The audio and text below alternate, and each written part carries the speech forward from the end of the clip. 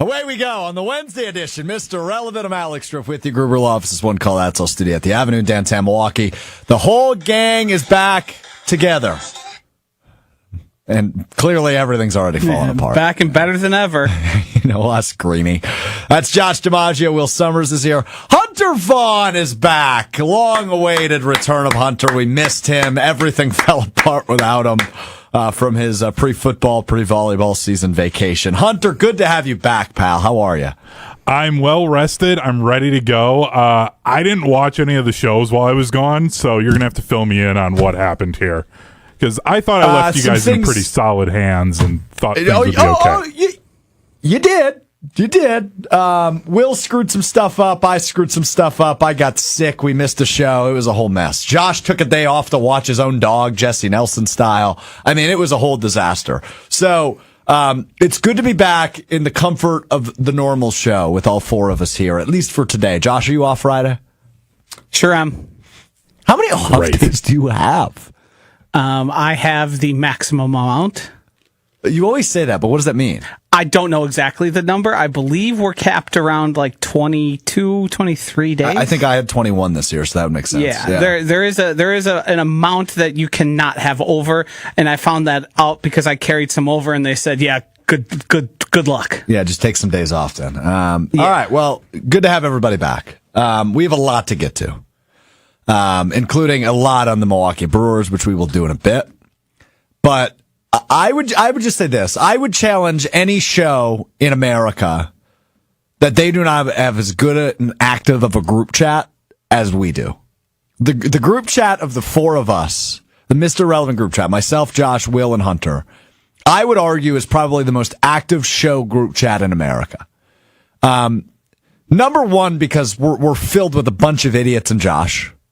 Number two, if anybody's pissed off, we're very good at saying it immediately.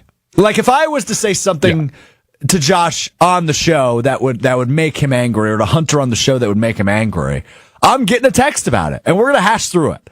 And I really love that about our show. Like all of us are a part of different shows on ESPN Wisconsin. I think we can all agree the most active group chat we're in is the Mr. Relevant group chat. Fair, everybody? Yeah. I think that's fair. I'm the most active one in my other show-related group chats, so I would say so because I get more back from you guys. You get a lot back. Yes. Chewy usually voice to text me in the JJC one. Sometimes you have to read it out loud to fully understand what he's actually trying to say because the words don't match.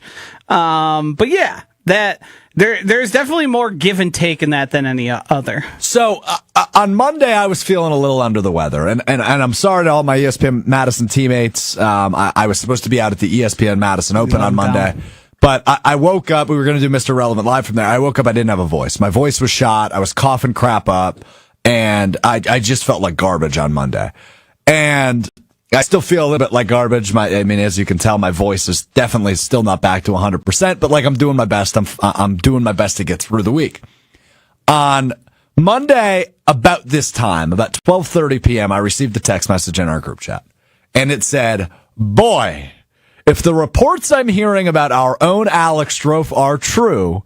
That from Josh DiMaggio." That then set off about a 2-hour-long exchange between the four of us, to the point where I believe both Will and Hunter asked us to shut up. Yeah.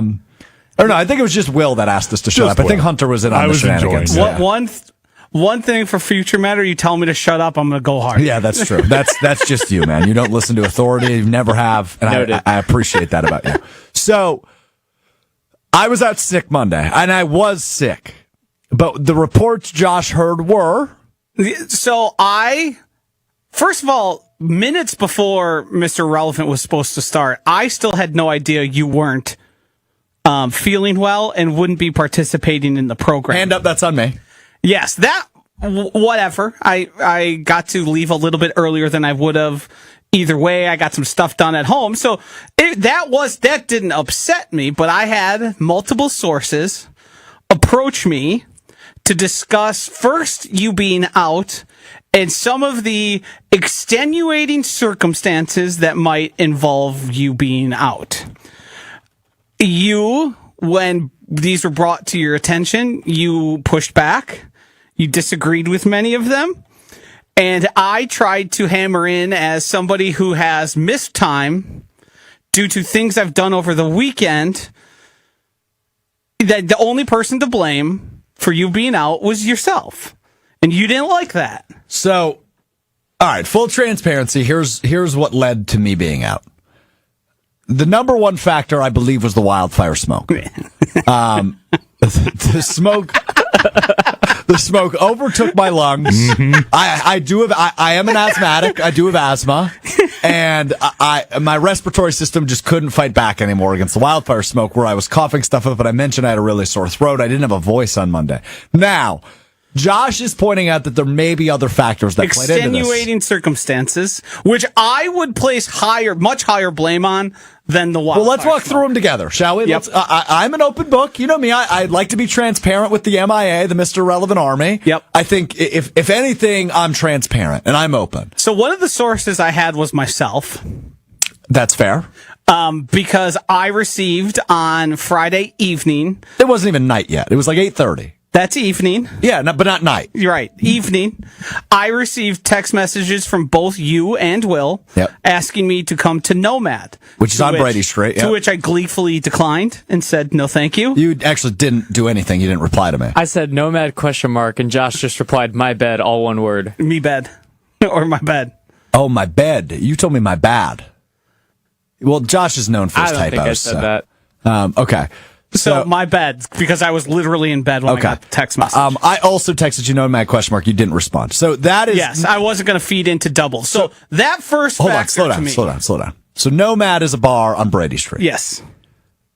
That was at 8:30. Infamously, they have a patio outdoors. Very nice. I'm actually probably going to be spending some time there tonight before I head over to a concert. Outside, so you are exposing yourself probably more than you should as an asthmatic. Yep, and there is an indoor there, mind you, 2 levels. Started in the indoor. Will wanted to move to the outdoor. Yeah. So I was going to get to him because I think Will's culpable here as well. Well, there's a lot more to the story. We'll get to it. So Friday, 8:30, we're at Nomad. That's Brady Street. We did not leave Brady Street until about 2 a.m. What do you typically do when you go to bars? Drink. Yeah. Yeah. So alcohol is going to be a through line here. And I can admit, did plenty of it. Yes. Went to Joe Katz for the first time. I would never judge you for that. Went to Joe Katz for the first time. I met a fan of the show, Hugo. So Hugo, appreciate your viewership and listenership. Nice talking to you at Joe Katz. And yeah, so we had a little bit of an evening. So step 1, drinking beers. This is Friday though. Yes. I didn't call it sick till Monday. Step 1, outside. Step 2, drinking beer. Step 3, up late. Okay. Saturday, wake up early. Play pickleball. Probably less sleep than you should. I probably got 6 hours, yeah. And you're overextending yourself a bit. You're overexerting. You go play pickleball. So I went and played pickleball. Yep. And sweated out a little bit. Wasn't feeling the greatest when I woke up, admittedly. The important thing here, and if you have a Whoop band or any of those, they tell you how important sleep and recovery is. So you're behind the 8 ball now. You've drank. You've dehydrated yourself, you've exposed yourself to smoke, and then you go do physical activity. Okay, and granted, I was not feeling the greatest. I did the old adage, hair of the dog. Yep. Had a few cocktails after pickleball. Yep. Went home, showered. Yep. Drank some water. Yep. Got some groceries. Mm-hmm. Invited a couple people over. Yep. Including one Will Sommers. Yep. My girlfriend was out of town. I feel like this is probably an important part of the story. Through line, and it'll become even more important later. So I had them over, made some burgers, made some brats, had some beers. And that happened on a grill, that food. That's correct. So we were outside again. So not only were you exposing yourself once again to the wildfire smoke, you were exposing yourself to the smoke coming off the grill you were cooking at. Okay, so Josh is on my side so far. Another adulterant. And then we went inside. Had some more beers, ate the food, watched, what did we all watch? We watched a few things. Brewers, Family Night, SummerSlam, WWE SummerSlam. And at the end of SummerSlam, Will and Pratik, who was also there, who we've referenced on the show before, we're both like, all right, we're leaving. Yep. I said, okay, great. At what time? You want to pinpoint that? It was about around 9 p.m.? 9 o'clock, 9:30 maybe? Yeah. 9:30, 9 o'clock. So then I'm sitting on the couch, and I say, you know what I'm going to do? I'm going to take a cat nap, and then I'm going to get up, I'm going to go to Potawatomi Casino. By yourself? By myself. Normal So I people took a would cat say nap that's at a good bedtime. Yep. That's true. I am not normal people. Especially factoring in what we did the night previous. Correct. I woke up at 11 o'clock. Yep. I said, all right, it's go time. Did you have yourself a brewski on the way out the door? How did you know that? Because I've been you. Which is the main through line I've been trying to get here before. You are me just 10 years ago.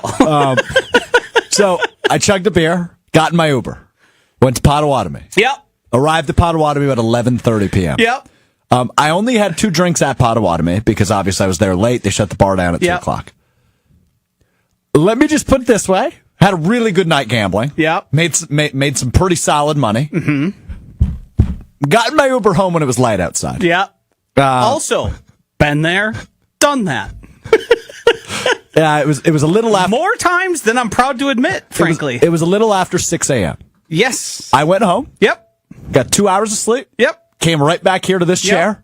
Did Sunday Karma. Yep. And felt great. Yeah. Well, Great. Well, I've great seen might be the an video. overstatement. You didn't look great. you did. You were visibly. I almost always exclusively wear a hat and glasses on Sunday mornings. Yeah. That's a normal understandable. Sunday outfit. Lounge for me. day. So I did the show, did some work here, got home about 1:30. Went to bed. Yep. Woke up at 6. Ordered some dinner. Yep. Went back to bed. Yep. Woke up around 8. Watched some baseball. Mm-hmm. Went to bed at 11 o'clock. Yep. Woke up at about 6 a.m. the next day. This is Monday now. Voice is gone. Yep. Coughing crap Yep. up. Feel awful. Yes. So I think I just got sick. The number one factor here and the number one person to blame and think to blame is you. And it's to the tune of about 75%. I don't know if that's true. You had a free weekend. No boss in town. No one watching over saying maybe helping you make decisions. You overexerted yourself. You deprived yourself of sleep. You added in the factor of drinking throughout. Yeah. And then you got yourself sick. The smoke is but a small factor here. See, I disagree with that. Smoke is less than your lack of sleep. No. 100%. But Hey, I did. Hunter, what is the most important part to fighting off infection? Sleep and rest. Oh! Well, hold on a minute. Well, Just no. because I didn't sleep very much. Hold on. Just because I didn't sleep very much Saturday night doesn't mean I didn't sleep much Sunday. I slept all day on Sunday. Another interesting fact for you. There's no such thing as catching up on sleep. Once you lose the sleep, it's gone forever. Really? Yes. So sleeping more after will make you sometimes feel better, but what the damage you had done to your body by then is already in effect. I'll just say this and then I'll let Also- Hunter go. Time is a fascinating concept. Hunter, go ahead. Also, on top of what Josh just said, when you sleep when the sun is out, your body naturally does not get as good of sleep. You're supposed to be Circadian sleeping. rhythms. Yes. So you're already like doing a bunch of harm. And then because you're not sleeping well, trying to then sleep at night, you also don't get as quality of nighttime sleep. So like you're You know just doing what more and more also- harm. Also, really affects your sleep? Alcohol. Yep. You sleep worse if you've consumed alcohol. And I am self-reporting as a subject matter expert on 1, staying up all night, 2, drinking too much beer, 3, thinking I can just sleep more after I deprive myself of sleep to catch up on it. I have, on more than one occasion, taken myself out because of my performance on the weekend and had to miss a day or 2 of work. So you are saying to me, Yes. I shouldn't do what I did anymore. No. You can, but you have to be able to say, I'm the biggest factor here. Okay. My big point, though, is your poor girlfriend. Because she has now seen what happens when you are left to your own devices. She can't go. She can't Yep. leave ever again. She can't trust you. You are worse than the dog. Because the dog, she could drop off somewhere else, and somebody's going to take care of it. Dog is fine. Bro, I'll tell you what, You by the way. just showed So you are worse than the dog, and that's not good. I took the dog out before I left, and then I took the dog out when I got home. About a 7-hour gap there. Those 6 a.m. walks are crazy. I've done those as well. Well, you do earlier than that, don't you? Yeah. 'Cause you got to be here by 6 But o'clock. I've also, in spots where I was watching my parents' dog, Oh, sure. you leave the dog at 11, 12 p.m., come back home and like, well, it's the morning. I might as well take this guy out. Yeah. That's what you end up doing. And you see some interesting things, some interesting folks out. It's definitely more desolate, but the people walking around are either runners or strange people. Yeah, that's all I saw. You deserve 80% of the blame. Hold on, I'm gonna give out my blame. I think there's one person amongst us who deserves some blame that has been reticent to accept it. Go ahead. Will, you got to take some extreme ownership here. I don't understand why. Because we know who we're dealing with here. This is Alex Strouf. You get him too gassed up, he's going to do anything. Mm-hmm. You are a contributing factor. You didn't force him to extend his night, but you got him riled up on both Friday and Saturday. That led to Potawatomi at 6 a.m. I didn't go with him. Will, I feel like if I went with him, take I would have been 1% at least. A bad behavior. Take 1%. I'll take 1% for being in the same zip code as him. Nah, jeez. It makes me think I should up the percentage he deserves to be blamed. I've got my. We used to do this. You used to do a great segment on the now defunct Scalzo and Brust Pie program chart of blame, called the Pie Chart of Blame. So I have 100% of blame here in front of me. Hunter, could you give me some background music for this? I've got 6 things written down that I think contributed to me being sick. We will start with the largest chunk. 51% of the blame, I think, goes to wildfire smoke. We're learning nothing here. I believe 19% of the blame goes to Will. Wow. 19. Oh, man. Will, I told you all weekend I wanted to go to Potawatomi. Either A, you could have come with me and been like, dude, we got to go. Or B, been like, hey, I think that's a bad idea, Strouf. You could have. And you did not say that. You said, go win. I guess good luck. It is my fault because I should have known that you cannot make good decisions for yourself. Yes. Yep. So it's ipso facto your fault, but I'll take the blame for it. So Hand up. I've got you at 19%, which brings us to 70% total. I've got another 20% on the fact that I pulled an all-nighter. Probably not great for my body. Yep. You can remove the probably. Yeah, just say it wasn't and great. state it as a fact. So we are now at 90% of blame. So I've got 51% at wildfire If smoke. you don't take all 10%, this is a fraud. 20% at the all-nighter. That's 71%. 19% at Will. That's 90%. Okay? I've got 6% of the blame going this direction. To the thrill of winning money, which also contributes to the all-nighter. But I was winning money, and I was like, I'm going to keep winning money. And I did. So I couldn't walk away. Why would you walk away from free money? It's like I was putting in a work shift at the casino. I was winning.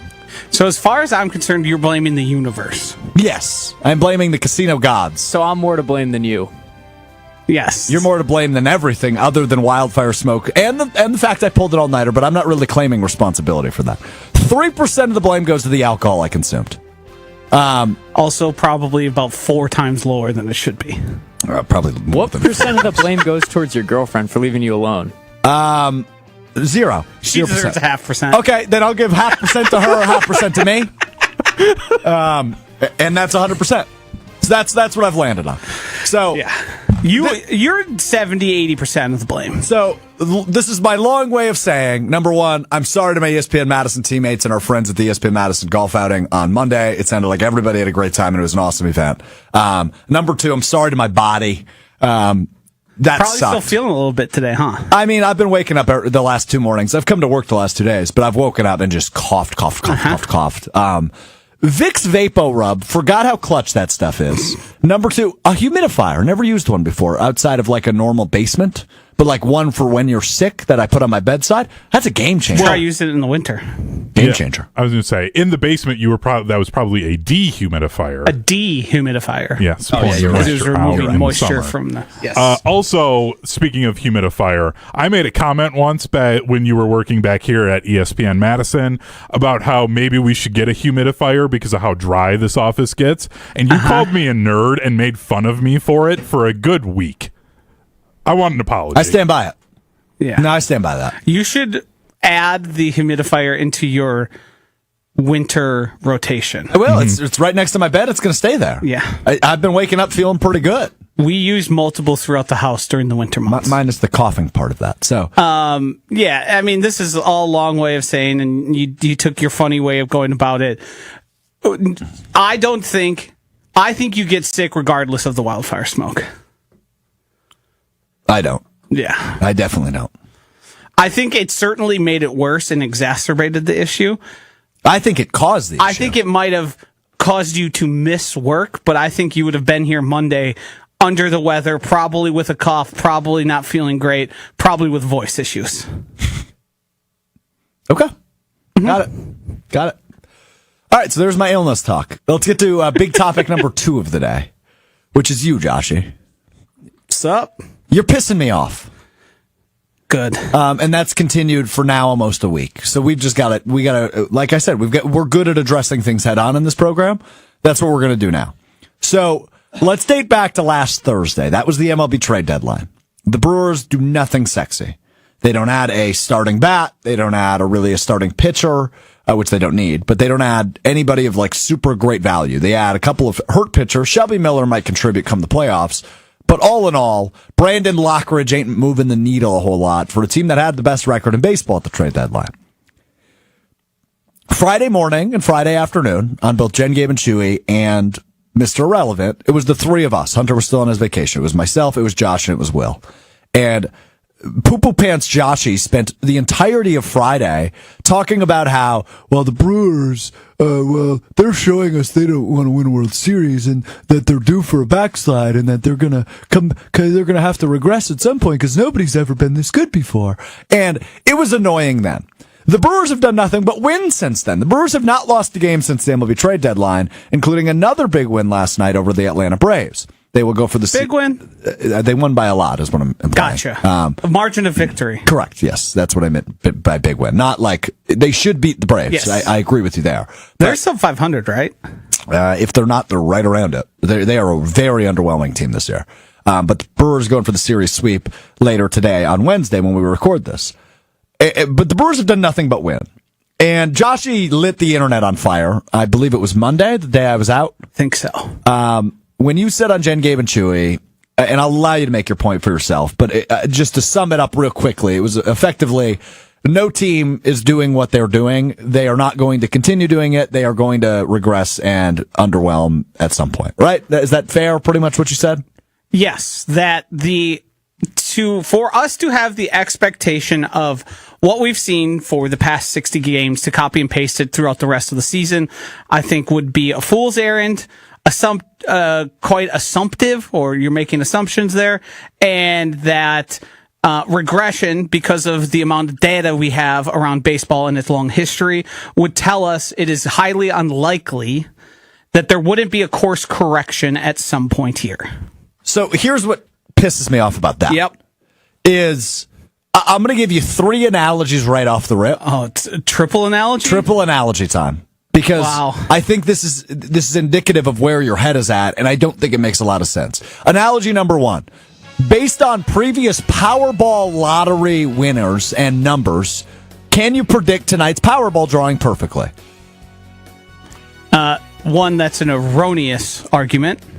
One is a lottery. One is a game played with, if not the exact same rules, many of the same rules.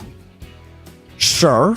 Yes. But I guess my ultimate point is you are relying on past history to dictate what the future holds. Will, you're a baseball guy here. Let's have a baseball guy talk for a second. Let's do it. Is not previous history of the sport the most important factor in determining the sport? Don't you rely on, in baseball, more than any other sports, things that have happened in the past to tell us about the current and future? That's a loaded question, but I will say baseball is a game of slumps. It's famously said that if you succeed 3 out of 10 times, that's great in the sport. That's Hall of Fame level. There's a lot of highs and lows. I personally experienced a lot more lows than highs. Yes. But yeah, it's a game of waves. You're going to get hot, you're going to get cold, and it's impressive and seems nearly impossible how hot the Brewers have been. National media, we have Big Cat tweeting about how the Brewers just won't lose. He's a Cubs fan.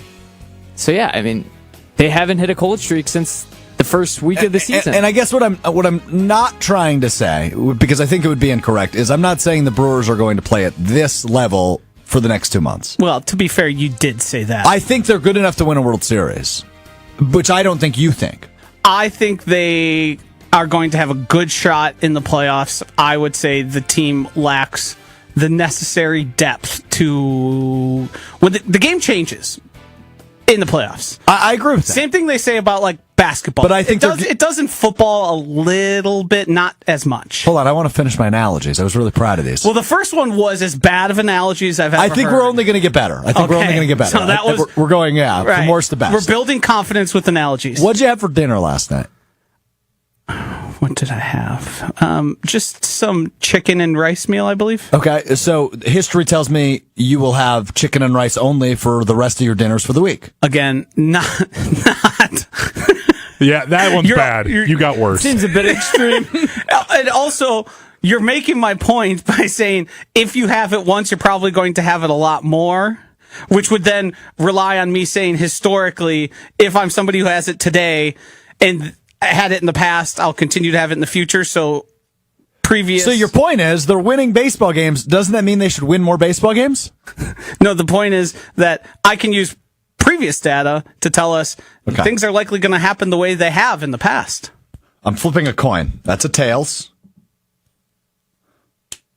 That's a tails. And that's a heads. What's the next flip going to be? You realize random chance and 50-50 is different than a sport. When you play a game, the Brewers facing the Braves today. Yep. Sportsbooks give you a number. Correct. Odds to win. Yes. Is that not indicative of, based on the matchup, one team is more likely to win than the other? Yes, but you are pulling from flipping a coin. But you are pulling from previous data. And I guess the point I'm making with the coin is, from previous and current. Despite the fact that I flipped it 3 times and 66% of the time it was a tails. So the important thing I've learned here is you don't understand what I'm trying to communicate at any level. That's what I've learned. So communicate and it's going to be very hard for you to understand it because you think a flipping of a coin. Yeah, it's a 50% chance no matter what. And baseball are similar. I think that the team has proven to you this season. When the Packers play the Browns, is it 50-50 to win, or are the Packers more likely to beat them? Any given Sunday, Joshy? Yeah, exactly. You realize the folly in your statement. There was a lot of things you could have said there, and you chose none of them. So, you're right. I'm trying to be a dork. But I guess my ultimate point is, I don't like the philosophy of going, hey, back in 1998, this team did this, so that means the Brewers can't win. When all they have proven to us all season long, any baseball fan in the country, I don't care if you're a Red Sox fan, if you're an A's fan, if you're a Mariners fan, if you're a Cubs fan, what the Brewers have proven to us is this is a very good team and a very well-managed team that finds creative ways to win baseball games. And I don't think it's dependent on what they did in 2018. I don't think it's dependent on what they did in 2021 or did not do. It's a new season. It's unpredictable. That's the beauty of sports. I can't sit here and tell you who's going to win the World Series, but what I can confidently tell you is the sample size we have this season, the Brewers have proven they are good enough to compete with anybody. There's two main things here. Just because you don't want to believe something doesn't make it any more or less accurate. Because it offends your sensibility that I say this is an unsustainable way of winning at this rate, at this frequency, does not invalidate my point because you choose not to believe it. Baseball and its history is indicative of the entirety of the sport. It is the sport that relies on its numbers. Hell, a batting average is what you did in the past. Correct.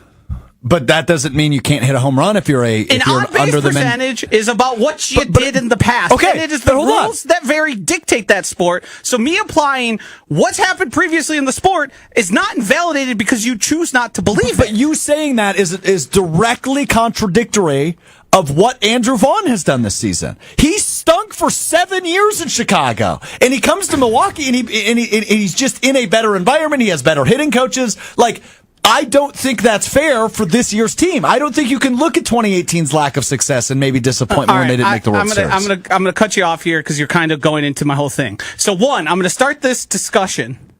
I'm gonna school you up a little bit. Oh yeah, I like this. One, I'm gonna start by saying the Brewers are very good. The Brewers are one of the best teams in baseball. Time out. It's good to hear you say that. Continue. I've said it. I was one of the first people to say it on these airwaves. Not this show specifically, ESPN Wisconsin as a whole. I've been saying it for a long time, and I fear that's been lost into this whole discussion. So that's why I have music here, a little power hour from Hunter. And it's going to play some music, and at 60 seconds, there's going to be a change of music. And at that 60 seconds, no matter where I am in my discussion, I'm going to say the Brewers are very good and one of the best teams in baseball. Because it seems like people have misunderstood what I'm saying as to them being bad. So let's start here. At 69-44, the Brewers are 25 games over 500 in their 113th game of the season, the fewest number of games needed to reach that mark in franchise history.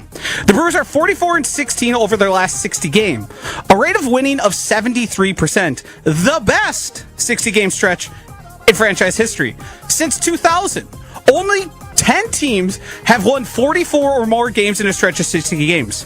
For those doing math, that is 1% of teams over the course of 26 seasons. Prior to that current 60-game hot streak, the Brewers had a 25-28 record through 53 games, a 47% win percentage. In the modern era, starting in 1886, only 11 teams have recorded a 70% win percentage or better for an entire season. Most recently, it was the Dodgers in the COVID-shortened season. The Brewers are very good and one of the best teams in baseball. That team went 43-17. The next most recent is 2001. The Mariners have a 71.6 win percentage. In 1998, the Yankees had a 70.4 win percentage. Those numbers are interesting because if you reference back to over the past 60 games, the Brewers have won 73%. Higher marks than all those. The next most recent piece of that data was the Cleveland Indians, who won 72% of games back in 1954. 4 total times since the sport was integrated that has happened. A team winning at 70 or higher percentage. They're just that good? Since 1886, only 2 teams have won at or above 73%. 1906, the Cubs won 76% of the games. And 1902, the Pirates won 74.1. With those numbers, we have to believe the Brewers are very good and one of the best teams in baseball. With those numbers, you are led to believe that only this is an all-time good baseball team in the history of the sport since Jackie Robinson integrated it, or there might be and likely will be a backslide back to more regular levels of baseball. I'm glad you mentioned Andrew Vaughn. Andrew Vaughn has recorded a hit in his past 11 games. He has recorded hits in 18 of 21 games since joining the Brewers. Vaughn also has had at least 1 RBI in 12 of those games. In 12 of those 21 games, and multiple RBIs in 6. Since joining the Brewers, Vaughn is hitting .370. Mm-hmm. Since 1990, 7 players have had an average over .370. These names include, some of them you're going to be familiar with.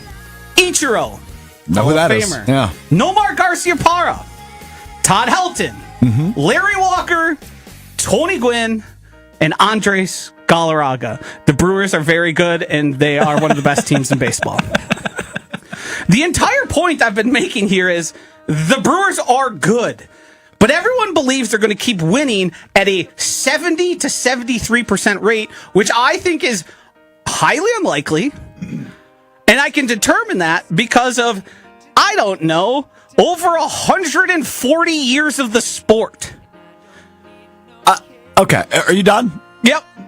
First off, well done by you. Thank you. That was a fun way to do it. Can you say it one more time? The Brewers are very good and one of the best teams in baseball. So that was a fun way to break down why you have the opinion you have. But I guess the question I have based on all of that is, why is that the opinion you have? Because I have somebody who's always, before I loved football, I loved baseball. I love baseball numbers. I spend time daily on Baseball Reference. I also read about old teams, old players, certain particularly incredible seasons from those players. I think in baseball, the history of the sport is the most important history in all of sports. And I think I'm not alone in that. I think that is one thing, because when you look at numbers at the end of the series and you compare them season by season, when somebody sets the home run record, that's a really big deal. And why is it a big deal? Because the previous years of the sport have told us it's very unlikely and very rare for people to do this. Mm-hmm. So when a team's doing it, or a player like Andrew Vaughn are doing it, it's great. I enjoy it. I love it. But I also want to be realistic. And this all ties back into my unhappiness with the inactivity at the trade deadline. Because when you have a team showing numbers like this, what you should be doing is, how do we keep doing it? How do we cement it? How do we protect ourselves and guarantee when push comes to shove, we're going to be relying on somebody better than Anthony Siegler, Andrew Monasterio, or Brandon Lockridge? Okay, so I agree with you on that point, right? Like, obviously, the depth is certainly a concern from a position player standpoint. But I guess the difference between me and you, I am an eternal optimist. Yes. There is no doubt about that. It's just the way I'm wired. I don't think you're a negative guy by nature. Okay? I will go ahead and take it then. You're kind of a negative guy. Yes. When I hear all those numbers, Joshy, that you just laid out, and every minute you said, the Brewers are very good and one of the best teams in baseball. All I heard was, they're that good. Like, they are one of, what they are doing is history making. Right, and that's why I think everybody around us and Brewers fans have come out in droves the last month and a half, 2 months, because they are witnessing a record-breaking, unbelievable baseball team that does not belong where they are, right? I think we can all agree on that. Given the roster they have, they should not be playing this well. Yeah, I do think there is, we talked a little bit about it on Jen Gabichui this morning. The Brewers, since the rule change, have it's not Moneyball, but Moneyball's the comparison I'm using, is they are using the rule changes and the style of the sport to sort of manipulate what we traditionally think of as a good team. Mm-hmm. And that's what good front offices tend to do, is while everyone else is zigging, you're going to zag. The Brewers' understanding of their lack of willingness to spend money, realize if we invest in athletes, focus on defense and base running, we can probably get a foot ahead. I mean, hell, watch a single Yankees game. Look at how bad they are on defense and how bad they are on the bases. Mm-hmm. That is costing them games. And the Brewers realize, with Pat Murphy, if we focus on these things, we can have an advantage over much of the league. Mm-hmm. Now, do they have an advantage over a fully healthy Dodgers team? On a game-to-game basis, sure. Over a long stretch or, a series, maybe not. But it's their way of having an advantage that they are kept out of or keep themselves out of due to lack of willingness to spend money. Yeah, and I think that's problematic. I agree with you. Hunter, go ahead. I want to get you in on this. Well, my whole mindset has been, once I realized they weren't going to really make a move at the deadline, like, I'm annoyed about it. It would have been great if they could have done it. But I also had to remind myself that if they went, now I just did the math, if they go 500 the rest of the year, they will win 93 games. Like, they could fall off to being a 500 team the rest of the season and they'll still win 90 plus games. Like, yep. I'm just having fun. I just want to enjoy the ride. So that's the only reason I'm annoyed with you, Josh, because I'm like, can you just shut up and let me have fun? Like, that's all I care about. that. I don't care about the numbers. I don't care about the stats. I want to have fun and watch the balding Andrew Vaughn just crush the ball again like everyone thought he would. And I'm just going to enjoy it. And I'm just here for the vibes and the pocket pancakes. And I just want to have fun. And I'm so tired of this guarding our heart. And we have to like, oh, they're going to regress. They're going to go down. See all these numbers. They're not the same as this team. I'm mad at the front office. I just want to have fun, man.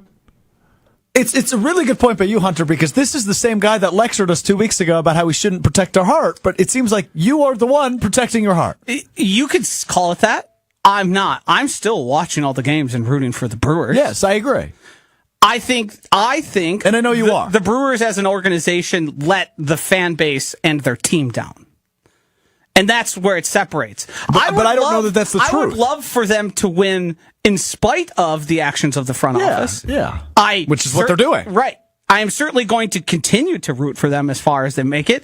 And I said on this show, I would love nothing more for us to spend an hour on Mr. Irrelevant saying how wrong I was. I would love that, because that too. means I get a World Series. Something that's never happened here. Even if they win the NL, you're wrong. I think to a degree, yes. Oh, come on, Josh. I think you have to, like, you just said, this is all-time good baseball team. Actually, you know what? Will made the most obscure reference in the aforementioned Mr. Irrelevant group chat yesterday. He sent a picture. Yes. I believe it was of Dennis Rodman, correct? Scottie Pippen. I'm not looking at it. I knew it was a ball. I don't remember who it was. Could have been Jordan. I don't know. And they were wearing a shirt that said, what was it? 72 and 10? 73 and 10 don't mean a thing without the ring. Which was referenced in the Last Dance documentary. I thought it rhymed. Don't mean a thing without the ring. That rhymes pretty that's well a in my rhyme. book, I'm pretty sure. I think your delivery was just poor then. That must have been what happened in my Maybe brain. it's your brain. Who knows? That's certainly possible. Both contributing factors. That picture came to light when the Warriors had their historic season a couple years ago and failed to win the NBA championship. Right. I think the city and fan base can call that a massive win, winning the NL, taking home the NL pennant and going to a World Series. If you lose in the World Series, it is what it is. It's a single series. But I do think we can still, at that point, look back, analyze what happens throughout the series, because who knows what would be, in that instance, the reason they end up losing. Are they short a bullpen arm? Are they short a hitter, somebody who could get a big hit in a big time, somebody who lacks power? We can analyze that and still say, yeah, I think, given the opportunity, the team would have been let down by the front office. So to pull a Joshy here. Yeah. I'm gonna rely on the past. I'm gonna use some stats here. It's not really stats. I'm just being a douche. In 2001, the Seattle Mariners, it's the best record in a 162 game season, 116 and 46. Yeah. They lost in the ALCS. Yes. They are considered that's a failure. That team is considered like, and franchise wise, it seems like that season and what happened after has like done one of those curses that we sort of don't talk about because they're Seattle Mariners, but it has seemed to affect them for the long haul. And I mean, here we are 24 years later, and they're gearing up hopefully for a playoff run. They've got some ground to make up in the AL, but I mean, they make a trade for Gino Suarez to bring him back, who obviously we wanted on the Brewers. So they're certainly trying to go all in and make big moves at the deadline, unlike the Brewers. Regardless, okay, so I think at the root of this, we're all on the same page. We are witnessing... No, hold on. Let me say it. The Brewers are good and one of the best teams in baseball. Somebody clip that and put it on Twitter. For God's sake. This man's mentions are a disaster. Every single time you said it, just make a compilation of That's that. actually a very good idea. We should do that. You should just tweet it without a caption. Like, Jesus, get off my back. You are being awfully negative, though, and I don't really get it. I don't view it as negative. I view it as realistic. Okay, sure. I'll even give you that. But who the hell wants to be realistic right now? That's fine. But who wants to be? See, Josh, ride the wave, man. I've made my life, and some may call this an error, of having to speak to you 3 times a week. Mm-hmm. I wouldn't call that an error. You might not. Some others would. I'm not saying I would. Okay, good. People are saying. Yeah. He got so happy when you said that. Well, I totally. You were quite pleased. I totally thought you were saying that. No. It was to make the larger point of when I'm having a conversation with you, who last week I believe said they are good and going to continue to be this good and win this way. But here's the thing. I would not be surprised. I would. Okay, let me rephrase. Let me rephrase. I would be pleasantly surprised given preseason expectations. But now, witnessing what we've witnessed up to August 6th, they are a fun baseball team. Boy, are they fun to watch. Everybody would agree with that. They are really good. They have some of the best pitching, if not the best pitching in the major leagues. Like, they have so many things working for them. So no, if they go on to finish the regular season as the 1 seed in the NL, win the NL Central, obviously that's implied, and have the best record in baseball, I don't know that I would be surprised, because that's what I've been given up to this point. So, I think football is always easy to relate it back to. So if the Packers started the season 8-2 this year, let's say, right, through 10 games, they're 8-2. I think I'd go, holy crap, they're good. But now the goal is no longer winning the NFC North. The goal is to be the number 1 seed in the NFC and go to a Super Bowl if you're 8-2 through 10 games, right? So, and that's kind of where my head is at here. And I know we do baseball math on Kyle Brust and Nortman, where they do relate it to an NFL season. That's not what I'm doing, but that's where my head is at, right? The Brewers are 8-2 through 10 games, or 9-2 through 10 games. My expectation is now they should be competing with everybody in baseball. They should be competing for a World Series, because that's what they've shown us this season. They can compete with anybody. They've swept the Dodgers. They're beating the Cubs, and obviously have another great opportunity to do that in a week and a half.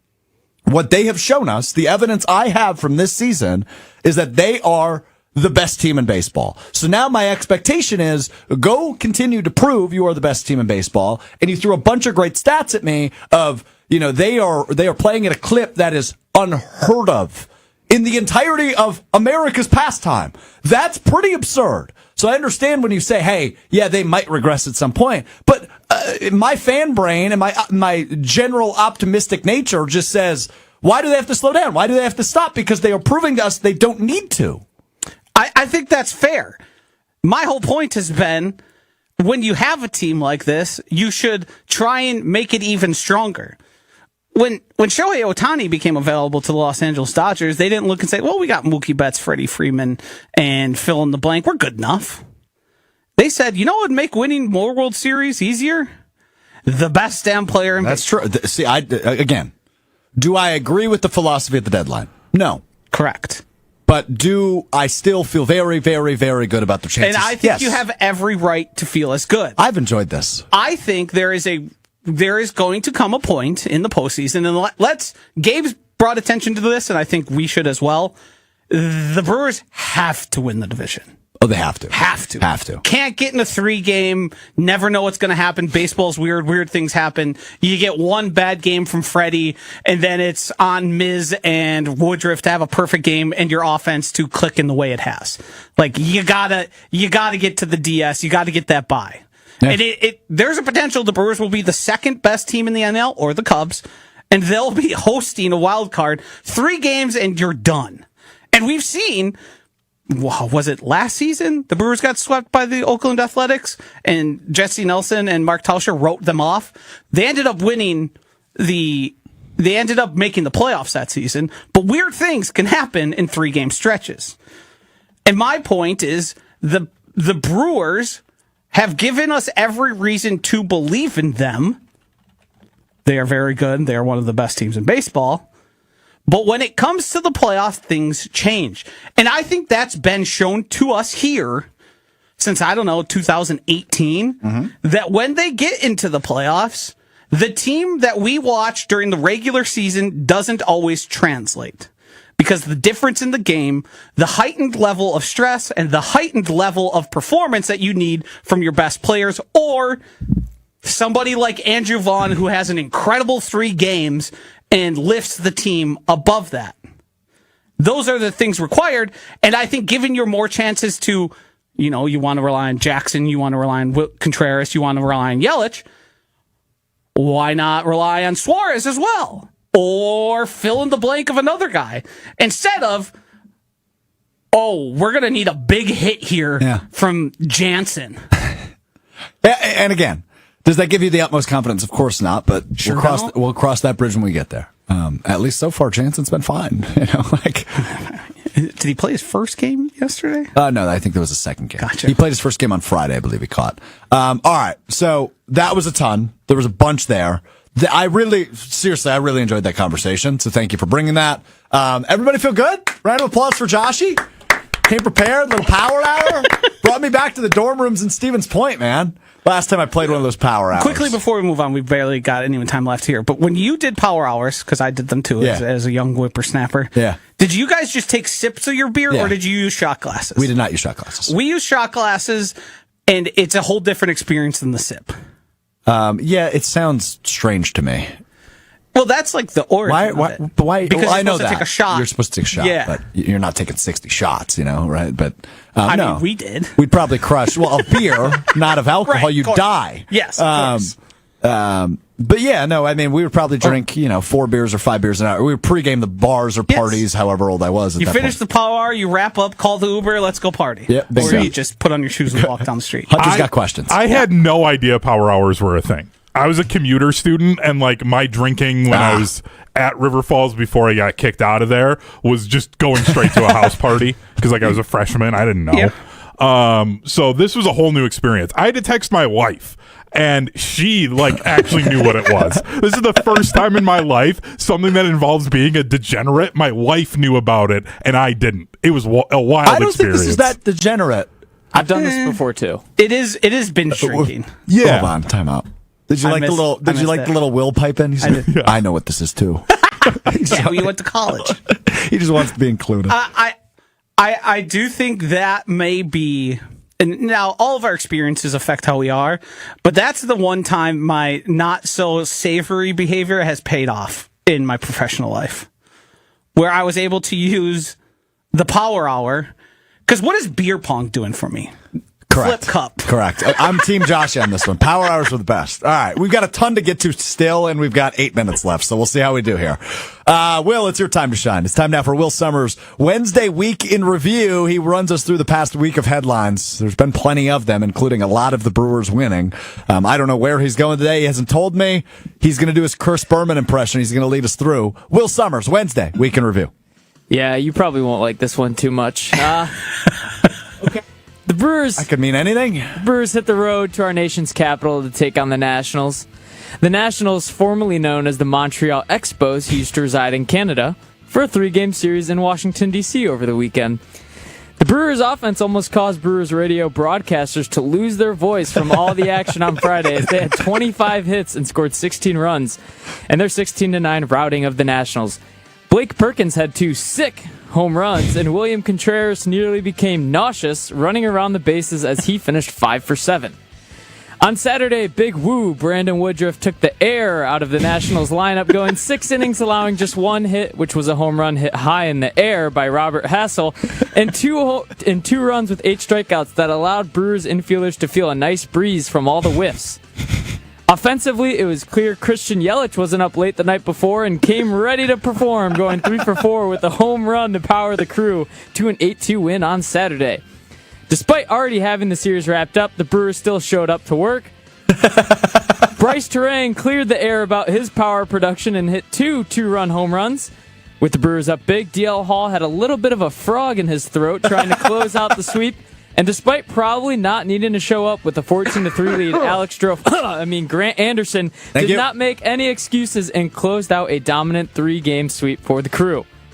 With your Brewers baseball, Mr. Irrelevant Weekend Recap, I'm Will Sommers. That was good. Good job. That was really good. Yeah, that was really good. No excuses. Wildfire smoke ruined my lungs. Have we checked on Lane Grindle and the Crew? How are they? Well, they're not here. How their voices are doing, because baseball parks are outside. They're not in Wisconsin. Right.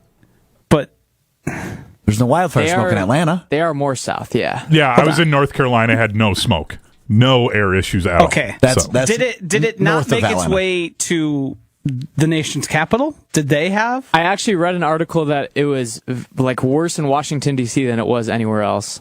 my point exactly, because famously, smoke travels. Well, I'm a huge Lane Grindle guy.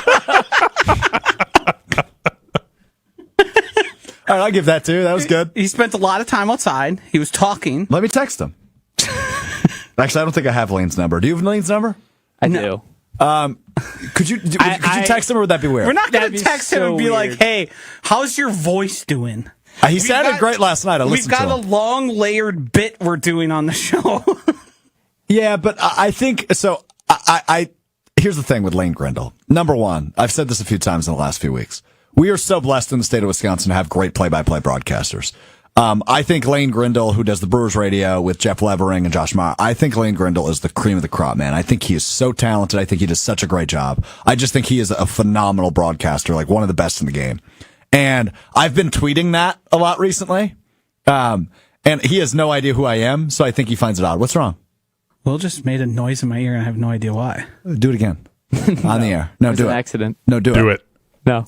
It seems like he was trying to tell me I was doing something wrong. I don't know. Was Josh doing something wrong? No, I was going to say something to him, but then I forgot.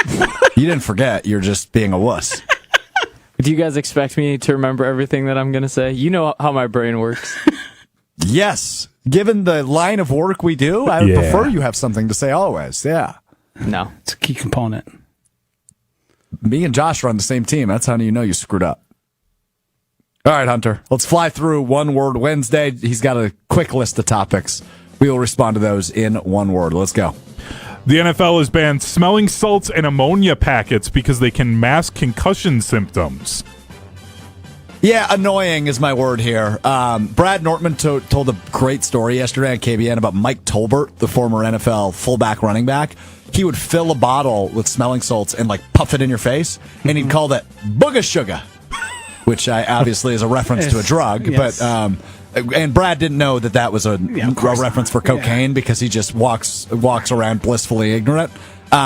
But I hate this. I love the pregame, like when people are mic'd up taking smelling salts. I think it's hilarious. Annoying is my word. I'm saying optics.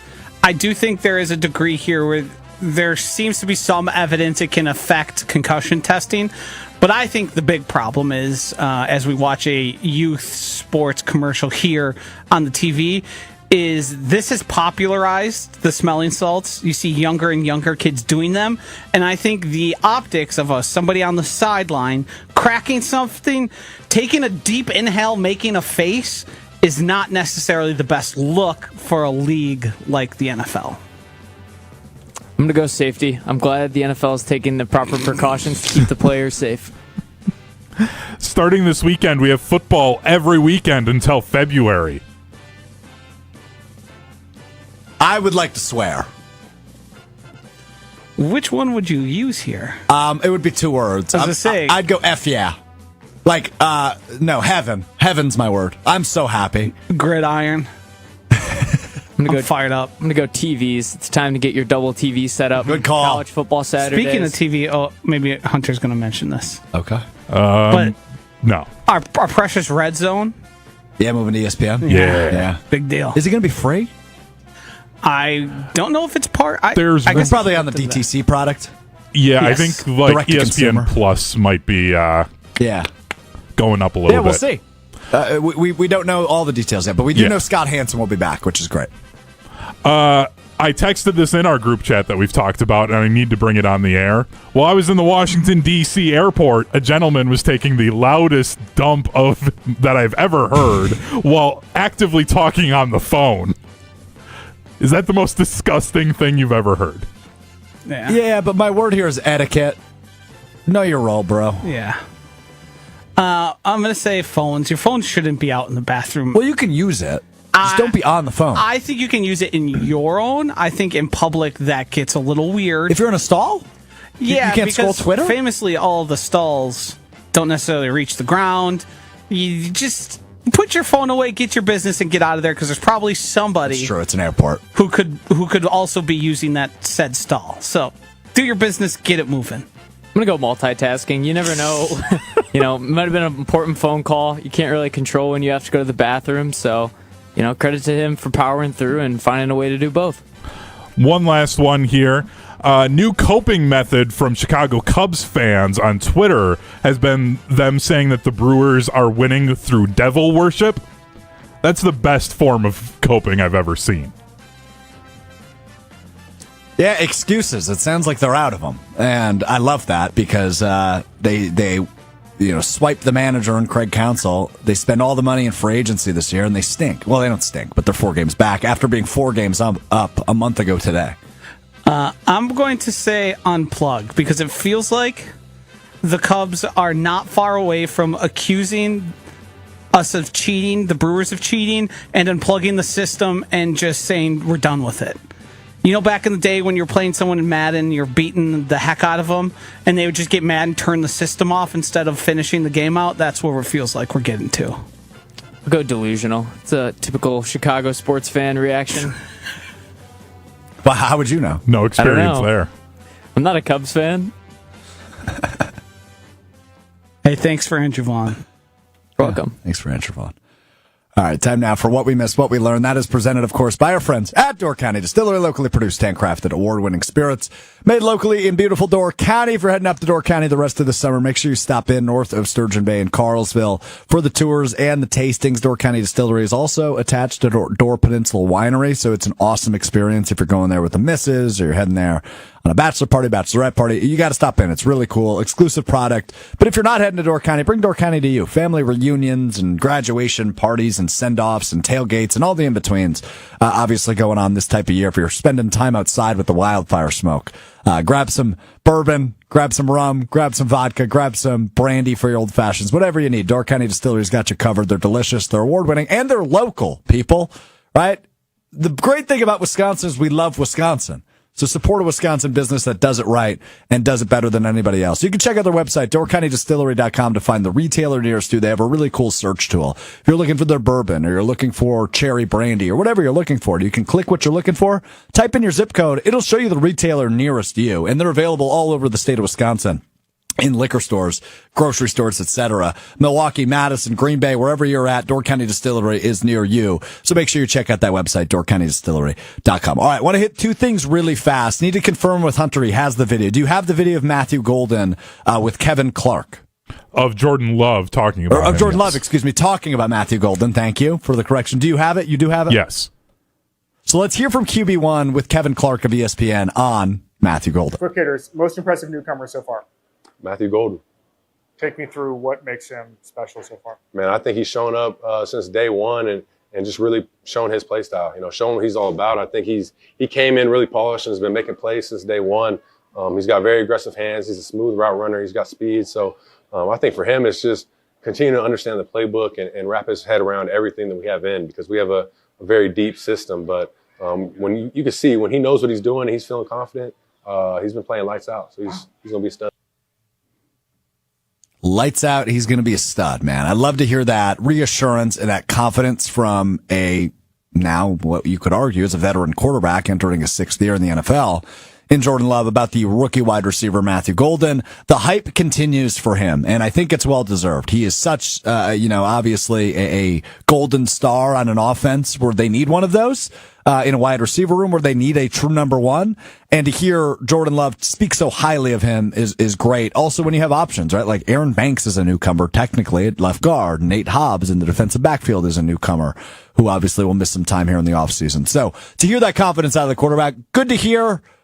I'm not going to sit here and predict he'll have a 1,200-yard season, but obviously good reports are good to hear.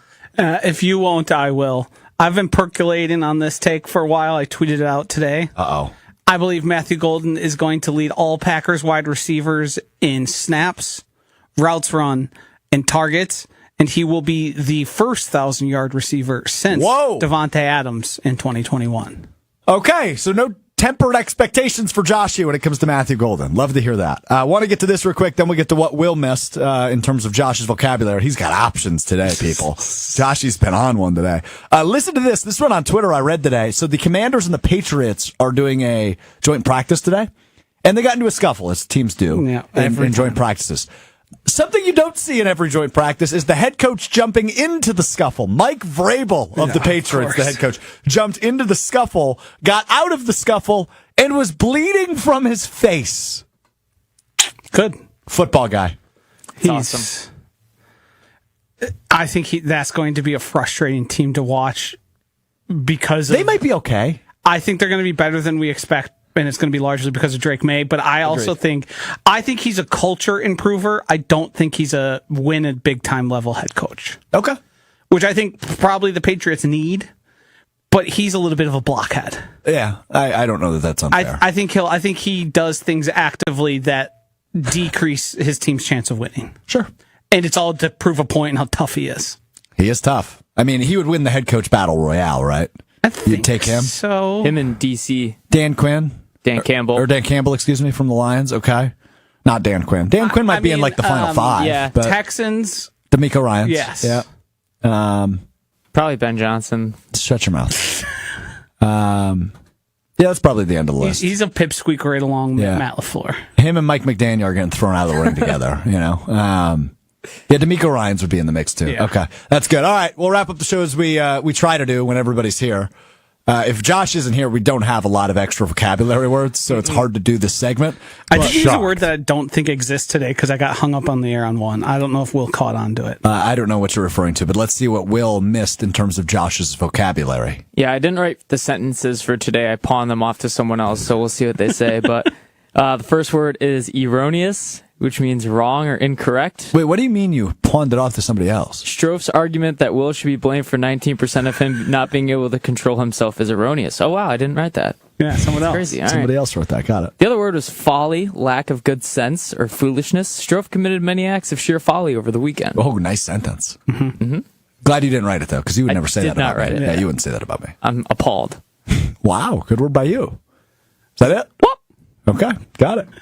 It's good to have everybody back together. It was a fun show today. Really enjoyed our Brewers conversation. Really didn't enjoy breaking down my illness and how it was likely self-induced. But hey, we're back and better than You ever. loved it. We were talking about numero uno.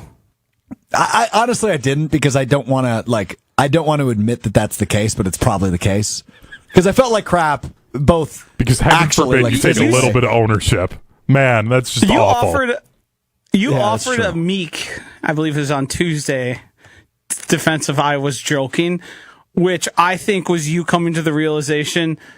Dude, the wildfire smoke thing is obviously a bit. I think you believe it more than you want to. I agree and with that. blame it more than you should. Yes, okay, I would give you that. But Yeah. I would say, like, I was having trouble breathing starting last week. So, yes, what was the word you used? It exasperated it? Exacerbated? Yeah, I used that word. Did I use it correctly? Exacerbate? Exacerbated. Hey, let's end the Talk to you show. Friday. Hey, Will, what's that word?